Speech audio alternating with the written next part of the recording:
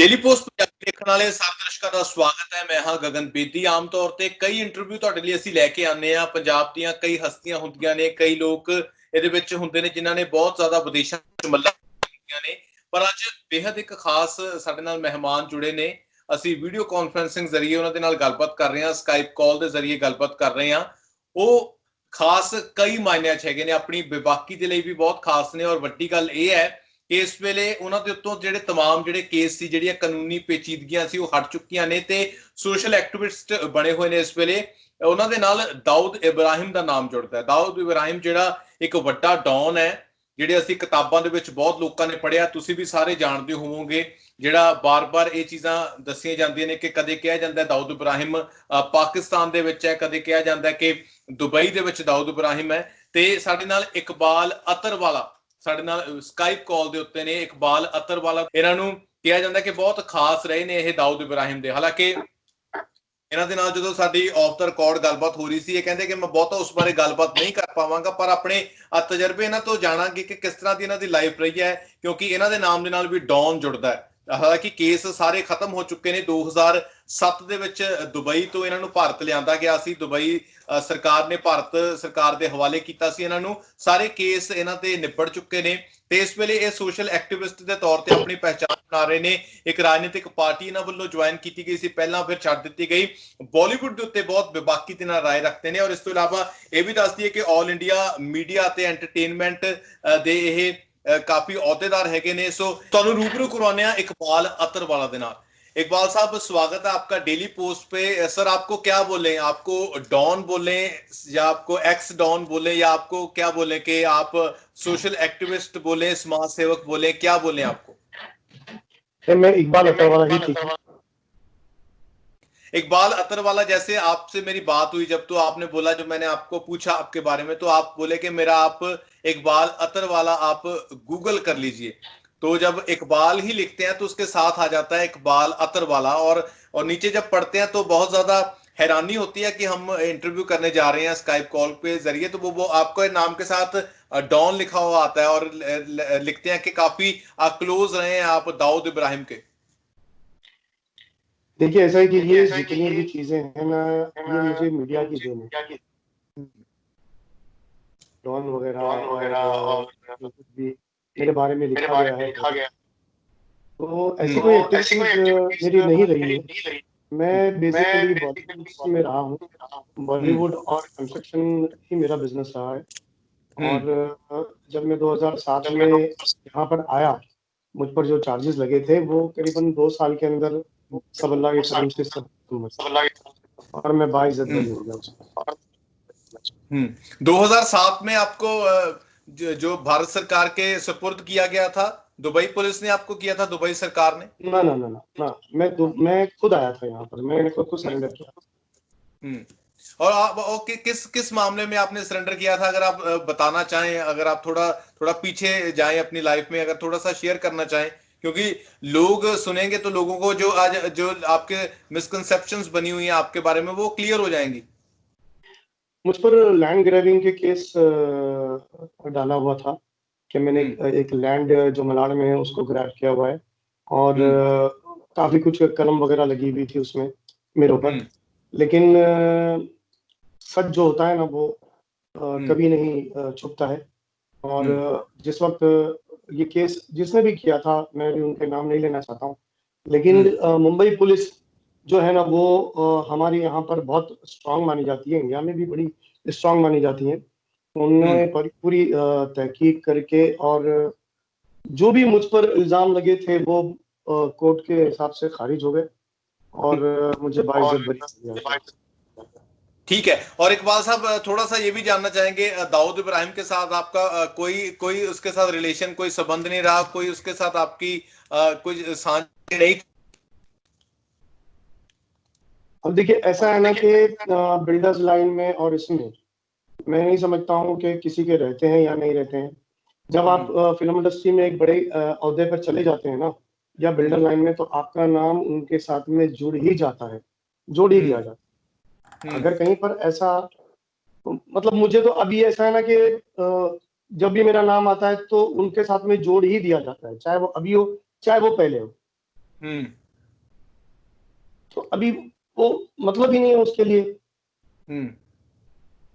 ठीक है, आप अगर उसके बारे में ज्यादा बात नहीं करना चाहते तो हम आपको नहीं पूछते उसके बारे में, दाऊद इब्राहिम के बारे में। अच्छा, इकबाल साहब, ये चीज जाननी चाहते हैं, जैसे आपने बोला कि जब कोई ऊपर की थोड़ा जिंदगी में आगे जाता है, या खासतौर पे बॉलीवुड में या कंस्ट्रक्शन बिजनेस में महाराष्ट्र या बॉम्बे में, तो नाम जुड़ जाते हैं। सो एक एक चीज ये जाननी चाहेंगे इकबाल साहब, जैसे आमतौर पे फिल्मों में ये चीजें दिखाई जाती हैं कि बॉलीवुड में जो है डॉन पैसा लगाते हैं, या इस तरह की चीजें लगाई जाती हैं, स्मगलिंग का पैसा लगता है, या 2 नंबर का पैसा लगाया जाता है। इकबाल साहब, इसमें है कुछ, इसमें कुछ सच्चाई है, कुछ परसेंट कुछ देखिए, सच्चाई है? 1998 तक तो ये सब चलता था हम्म।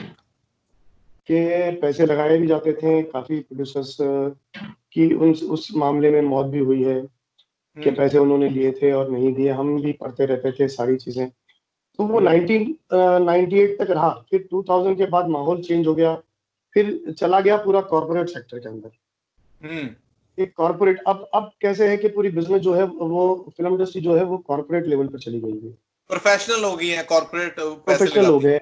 आप थिएटर देखेंगे तो पहले जो सिंगल स्क्रीन हुआ करते थे, है। जी जी। अब वो पीवीआर में और उसमें सब तब्दील हो गए हैं। हम्म। पहले एक एक थिएटर की साइज हुआ करती थी 1000 सीट सिंगल की। अब तो आपको 250-200 सीट मिलेंगे, लेकिन 6 थिएटर मिलेंगे उसमें। 6 अलग अलग बनेगी वहां पर। हम्म। अच्छा इकबाल साहब, अभी अभी जो जो बॉलीवुड में प्रेजेंट जो चल रहा है, आपने देखा है सुशांत सिंह राजपूत की 14 जून 2020 को जो डेथ हो गई है। अनफॉर्चुनेट काफी ये रहा है, और ये कहा जा रहा है कि सुइसाइड किया, और कुछ लोग कह रहे हैं कि ये मर्डर है, या उकसाया गया है, या इसमें भी कई तरह की चीजें लगाई जा रही हैं, और काफी हाइप मिली है। सीबीआई इसकी जो जांच कर रही है इस मामले की। और इकबाल साहब, ये चीज बोली जा रही है इस मामले में, कंगना रनौत की तरफ से ये बोला गया कि नेपोटिज्म है बॉलीवुड इंडस्ट्री में, जो बड़े बड़े परिवार हैं, जो घराने हैं, जो बॉलीवुड के, वो अपनों को प्रमोट करते हैं, जो आउटसाइडर हैं उनको यहाँ पे सरवाइव नहीं करने दिया जाता। सो इसके बारे में आप क्या कमेंट करना चाहेंगे, क्योंकि आपने तो बॉलीवुड को बड़े होते देखा है ना, आप जैसे बता रहे हैं 90s के दौर में से और अब तक ये चीजें देख रही हैं। देखिए, ये जितना कंगना रनावत जी बता रही हैं कि नेपोटिज्म और कुछ लोग, बड़े लोग जो है वो फिल्म इंडस्ट्री को चला रहे हैं, ये बात बिल्कुल सही है। हम्म। क्योंकि जब कंपनी चला रही थी इंडस्ट्री को, हम्म। तो वो सामने आ जाता था कि भाई हम्म। कहीं ना कहीं जाकर पुलिस इंक्वायरी करके, और कहाँ से पैसा आया क्या आया, तो पुलिस उसके ऊपर एक्शन लिया जाता था। लेकिन हम्म। अभी कुछ ऐसे लोग हो गए हैं जो अंदर से काम कर रहे हैं, हम्म। और जितने बाहर के लोग आते हैं, जो छोटे से बड़े बनते हैं मेहनत करके, उनको वो लोग आने नहीं देते। जिस वक्त मैं, हालांकि मैंने भी इंडस्ट्री में काफी देर तक था, मैं 2007 से बॉलीवुड में छोड़ दिया इसी वजह से हम्म। कि पहले का जो माहौल था वो बहुत अलग था। उस हम्म। वक्त कमर्शियल नहीं था, रिलेशनशिप पर काम किया जाता था हम्म। कि साइन हो गया, फोन कर दिया, साइन हो गया। आपके यहाँ पर मैंने दिल्ली में 2001 में ऋतिक रोशन सबसे बड़ा इवेंट मैंने ही किया था, शोब्लिट्स हम्म। के नाम से, द रोशन शो। तो वो जो माहौल था वो एक अलग माहौल था। अब क्या हो गया है कि कुछ जो बड़े महारथी हो गए हैं कलाकार, क्योंकि अभी भाईगिरी रही नहीं, तो अब वो इंडस्ट्री में भाईगिरी कर रहे हैं। हम्म। और जो लोग मेहनत करके आगे आते हैं उनको वो आने नहीं देते। जो लोगों को वो लाना चाहते हैं, अब वो चाहे किसी फिल्म इंडस्ट्री की फैमिली से हो, तो जी। वो यही चाहते हैं कि वो फिल्म इंडस्ट्री की फैमिली ही बॉलीवुड में रहे और हम राज करें आराम से, क्योंकि अभी उनके ऊपर कोई है नहीं। हम्म।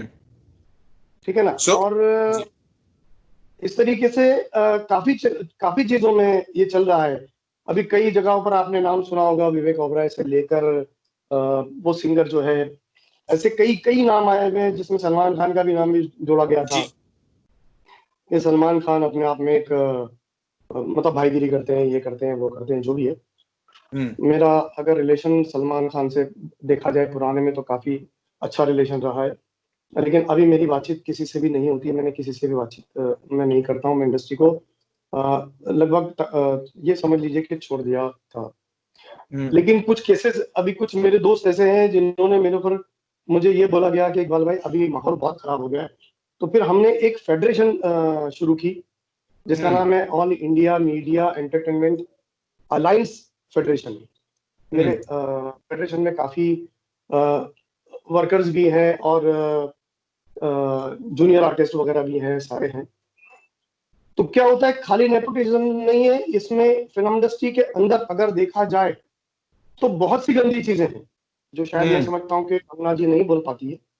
और हम्म। क्योंकि वो एक लेडी है, इसलिए कई हद तक देखा जाए तो इंडस्ट्री के ऊपर राज जरूर है। हम्म।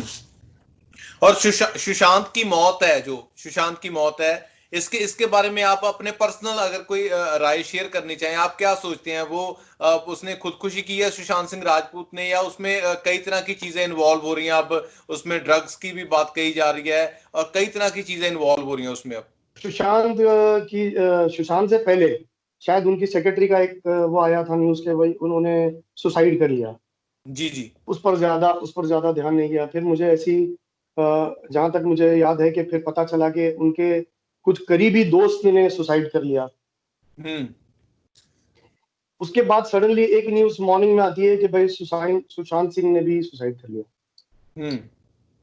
तो ये एक चेन जो चल रही है वो सुसाइड की, वो समझ के बाहर है हम्म। कि इतना लाइन से तो कोई सुसाइड नहीं कर सकता है।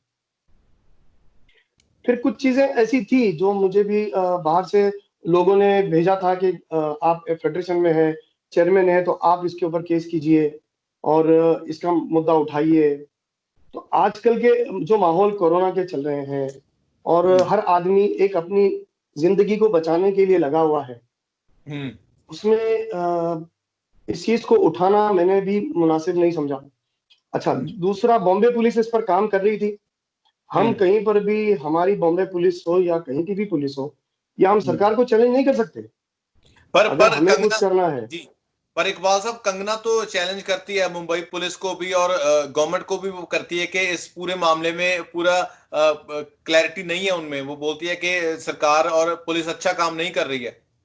नहीं नहीं, ऐसा नहीं है। देखिए, एक बात बताऊं मैं, आज बॉम्बे पुलिस ने हम्म। मुंबई, जो है महाराष्ट्र पुलिस कहे, मुंबई पुलिस कहे, आज यही इंडस्ट्री वाले जो परेशान थे, जो नाम आप पहले लिए हो, हम्म। डॉन दाऊद इब्राहिम से लेकर सारे लोगों का, आज मुझे एक बात बताइए कि ये इंडस्ट्री कितनी परेशान थी, आज कितना सुकून से है ये? हम्म। कितनी सुकून से है ये? हम्म। ये किसकी वजह से है ये हम्म। मुंबई पुलिस, महाराष्ट्र पुलिस की वजह से है। कोई और पुलिस ने यहाँ पर इसमें वो नहीं किया हुआ है, हम्म। सपोर्ट नहीं किया हुआ है। ये सिर्फ और सिर्फ अगर इसका क्रेडिट जाता है तो मुंबई पुलिस को जाता है हम्म। कि जितने भी क्रिमिनल्स थे उनको खत्म किया है बड़े बड़े ऑफिसर्स ने, जिसमें एनकाउंटर स्पेशलिस्ट के कई नाम आते हैं।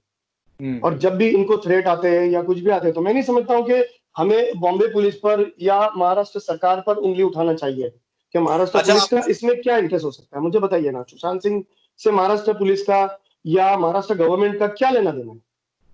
आपको लगता है कि सीबीआई को अगर केस ना भी जाता तो मुंबई पुलिस सक्षम थी और उसने इस केस को क्रैक कर लेना था? बिल्कुल, मुंबई पुलिस का रिकॉर्ड है कि वो जमीन से मुर्दे तक बोले हैं। ये हम्म। कहावत है मुंबई पुलिस के लिए हम्म। कि मुर्दे तक निकाल कर उन्होंने बुलवाए हैं। और आज आप हिस्ट्री उठा लीजिए, एक एक केस उठा के देखिए कि उन्होंने कैसे कैसे केस सॉल्व किए हुए हैं। तो सुशांत हम्म। सिंह तो बहुत छोटा केस है मुंबई पुलिस के लिए। हम्म। लेकिन हम्म। सिर्फ सरकार का मामला यहाँ पर जो था, वो शिवसेना सरकार का था। बात हम्म। सरकार को खींचने की थी हम्म। कि किसी ना किसी तरह से सरकार को टारगेट किया जाए। जी जी। बाकी सुशांत सिंह से सरकार का क्या लेना देना, मुझे बताइए ना। कई आर्टिस्ट, कितने लोग सुसाइड किए? हम्म। इससे पहले भी दो हीरोइन सुसाइड कर चुकी है, जी। ठीक है ना?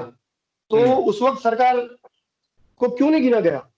आपको लगता है कि मीडिया मीडिया हाइप बहुत ज्यादा है? और खास तौर पे जैसे कंगना ने इस मामले को लेके काफी ज्यादा अपनी बेबाकी से राय रखी है, मीडिया में गई है, तो काफी ज्यादा इस हाइप मिली है इस पूरे मामले को। देखिए मैं बहुत टाइम के बाद आपके पास लाइव आया हूँ, क्योंकि मुझे सोशल मीडिया पर और इस पर अभी शौक या मुझे ऐसा नहीं रहा कि मुझे अपने आप को पब्लिसाइज़ करना है या जी, जी। लोगों में आना है। लेकिन मीडिया के लिए ये बहुत बड़ा मसाला है, हमारी हुँ, सरकार को नीचा दिखाने के लिए, हुँ, क्योंकि आप कहीं पर भी देख लीजिए कि जो दिल्ली मीडिया बोलती है हुँ, और जो हमारे सीएम साहब के ऊपर जो उँगली उठाते हैं, और देखिए आप कहीं पर भी हैं, हम चाहे प्रधानमंत्री जी का नाम लें तो हम माननीय बात करते हैं कि माननीय प्रधानमंत्री जी, हुँ, माननीय हुँ, राष्ट्रपति जी। तो हमारी जो उद्धव ठाकरे साहब हैं उनके लिए आप अगर उद्धव उद्धव करके बात करेंगे तो ये सही नहीं है, हुँ, क्योंकि वो एक रिस्पेक्टेड है। वो किसके हुँ, बेटे हैं? वो बाला साहब ठाकरे के हैं।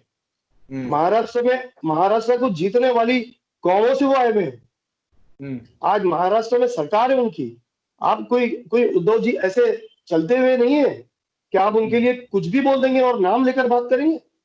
हुँ, आपको इतना राइट किसी ने भी नहीं दिया है, चाहे वो आप चैनल से क्यों नहीं हो।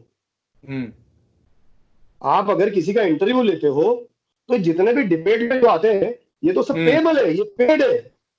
हुँ, जो गालियां खाने के लिए पैसे लेते हैं हुँ, और ये इनकी चिल्लाहट को सुनते हैं ये।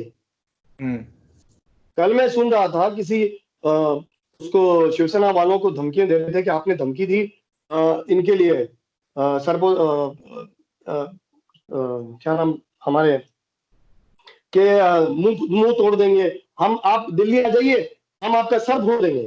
अरे हुँ, ये तो कोई बात नहीं हुई। हुँ, ये तो वही कहावत हो गई कि हम हुँ, आह भी करते हैं तो बदनाम हो जाते हैं। हुँ, हाँ, और आप हुँ। कत्ल भी करते हैं तो खामोश है। अच्छा इकबाल साहब, जब जब आप टीवी पे डिबेट देखते हैं, जब इस तरह के लोग देखते हैं जो डॉन टाइप फीलिंग लेते हैं, ऐसे बोलते हैं, तो आपको कैसा फील होता है? आपने तो पास से देखा है इन सब चीजों को। नहीं, ये कुछ नहीं है। ये अभी मैं नहीं हुँ, समझता हूँ कोई डॉन है या इतनी बड़ी-बड़ी बातें करके चले जाते हैं। ये डॉन हुँ, नहीं, डॉन के लिए बहुत बड़ा कलेजा होता है, हुँ, ठीक है ना? और आज सारे डॉनों को मुंबई पुलिस ने हुँ, रखा ही नहीं है किसी को। हुँ, हुँ, कोई अपने आप को डॉन बोल ही नहीं सकता है। हुँ, हुँ, अपने आप को बॉलीवुड के अंदर भी अगर कोई बोलता है ना कि मैं भाई हूँ, मैं फलाना हूँ, ये हूँ, तो हुँ, ये ठीक है जब तक के मुंबई पुलिस के पास कोई रिकॉर्ड नहीं मिल जाता है, हुँ, तब तक के लिए वो समझ लीजिए आज़ाद है।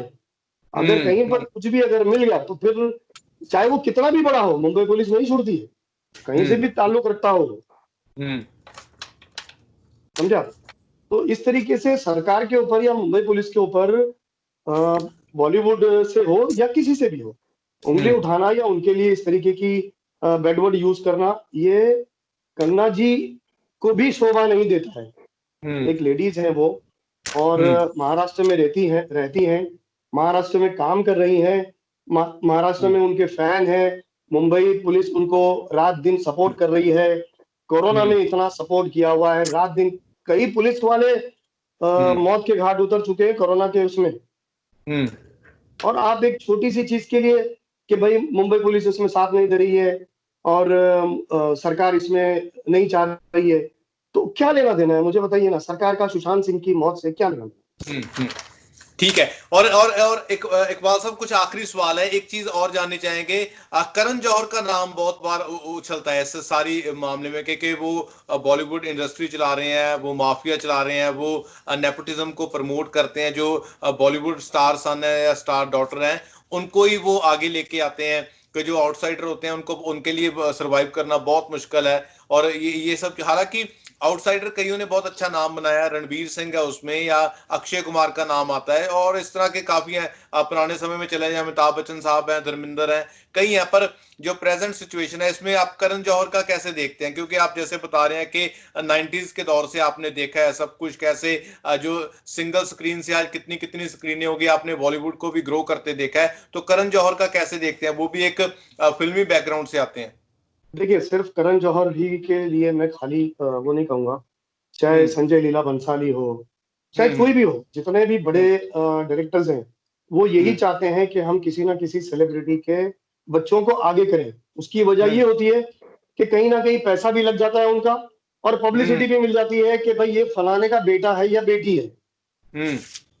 आज पहले पहले टैलेंट को माना जाता था, पहले टैलेंट को गिना जाता था, आज आज टैलेंट को नहीं माना जाता है। आज टैलेंट की वैल्यू नहीं है। अगर आप टैलेंट की वैल्यू देखने जाएंगे तो आज आप जितने भी रियल ये चल रहे हैं शोज, रियलिटी शोज जो चल रहे हैं, आप उसमें देखिए कितने बड़े बड़े सिंगर्स हैं रियलिटी शो में, कितने बड़े बड़े आर्टिस्ट हैं, क्या उनको जगह मिलती है? ये बात आपने ठीक की है। सोनू निगम ने भी ये चीजें उठाई हैं। वो सोनू निगम ने पीछे लाइव करके ये बोला था कि ये अगर सुशांत सिंह राजपूत ने जब सुसाइड किया था तो वो बोलता था कि आने वाले समय में कई सिंगर भी ऐसे सुसाइड कर सकते हैं क्योंकि यहाँ पे जीने नहीं देते। बिल्कुल सही है, बिल्कुल सही है। जीने नहीं देते हैं, उनको कहीं ना कहीं से टॉर्चर करते हैं, लेकिन वो साइलेंट टॉर्चर होता है। और रही बात, अभी तक देखिए ये डिसाइड नहीं हुआ है कि सुशांत सिंह राजपूत ने सुसाइड किया है या मर रहे हैं। कई कई आर्टिस्ट ऐसे होते हैं जो ड्रग्स लेते हैं, जो आज जो मुद्दा चल रहा है ड्रग्स का, आपने कई न्यूज में देखा होगा कि कई आर्टिस्ट ड्रग्स में पकड़े भी गए हैं। कई जगह पर सोनू निगम का भी नाम आया था, फरदीन खान का भी नाम आया था, बड़े बड़े स्टार का नाम आया था, ठीक है ना। तो कभी कभी ऐसा होता है कि लोग ड्रग्स जरूरत से ज्यादा ले लेते हैं। जैसे हैश एक जैसा बोला जाता है जो नाक से खींचा जाता है, तो अब वो ज्यादा ले लें तो आपकी थोड़ी देर में मौत हो जाती है। और एक एक चीज रिया के बारे में थोड़ा पूछना चाहूंगा, आपको कैसे लगती है रिया? रिया का लगता है आपको कनेक्शन है इस पूरे मामले में? क्योंकि अभी मैं रिया को जानता ही नहीं था, ठीक है ना। जब ये सारी चीजें आई और रिया रिया तो मैंने पूछा भाई रिया है कौन? पता चला कि भाई कोई फिल्म के अंदर एक हीरोइन थी, ठीक है ना। लेकिन ऐसा है कि कई ये फिल्म इंडस्ट्री में ऐसे आज भी चलते हैं कि अगर किसी को बड़ा बनना है तो किसी एक बड़े स्टार का या गर्लफ्रेंड बन जाए या बॉयफ्रेंड बन जाए, तो उससे उसको पब्लिसिटी भी मिलेगी और उनके खर्चे भी चल जाते हैं, क्योंकि बॉम्बे में रहना इतना आसान नहीं है। जो लाइफस्टाइल है बॉम्बे की हाई फाई, जो बड़ी बड़ी पार्टीज में जाना, ये करना वो करना, अगर बड़े बड़ी आर्टिस्टों की पार्टी में जाना है तो किसी सेलिब्रिटी के साथ ही दोस्ती करनी पड़ेगी आपको। बिल्कुल। और जैसे जैसे आपने कहा कि किसी के साथ आपको रिलेशन में बनना पड़ता है, खास तौर पे जो हीरोइंस वगैरह हैं, तो कास्टिंग काउच की बात आती है, वो भी सच है? आप मानते हैं उसको भी? बिल्कुल। कास्टिंग, मैंने बताया ना कि जिस वक्त हमने फेडरेशन शुरू किया उस वक्त हमने सिर्फ खास करके कास्टिंग काउच के लिए ही शुरू की थी, क्योंकि मेरी कई फ्रेंड है, कई दोस्त हैं जो आना चाहते हैं, लेकिन जो इंडस्ट्री के बड़े लोग हैं वो उनके साथ में किसी ना किसी तरह से उनसे और भी तरह से जो भी चीजें हैं, कभी अभी तो टीवी में वो लोग सिर्फ ये कह देते हैं कि भाई ठीक है आप 2 लाख रुपए दीजिए, आपको हम साइन करवाएंगे, या फिर आप कॉम्प्रोमाइज कीजिए। तो अच्छे लोगों के लिए काम इंडस्ट्री के अंदर मिलना या उनका टिका रहना बहुत मुश्किल है। ठीक है इकबाल अतरवाला जी। उसके लिए सरकार को कदम उठाना चाहिए और इनके ऊपर से ये नकाब हटाना चाहिए। जो भी नकाबपोश बड़े बड़े आर्टिस्ट बैठे हुए हैं, जैसे आज सुशांत सिंह का हुआ है, अब जो भी हुआ है वो सीबीआई भी इंक्वायरी कर रही है, मुंबई पुलिस भी कर रही है, लेकिन आगे इस तरीके से ना हो, इसके ऊपर मैं सिर्फ ये नहीं कहूंगा कि महाराष्ट्र सरकार, ये तो पीएम साहब को भी इस पर ध्यान देना चाहिए कि टैलेंट जो है, आज हमारा टैलेंट जो है ना वो नहीं है, सिर्फ और सिर्फ पैसा है और बड़े लोगों का नाम जो चल रहा है, बस वही चल रहा है।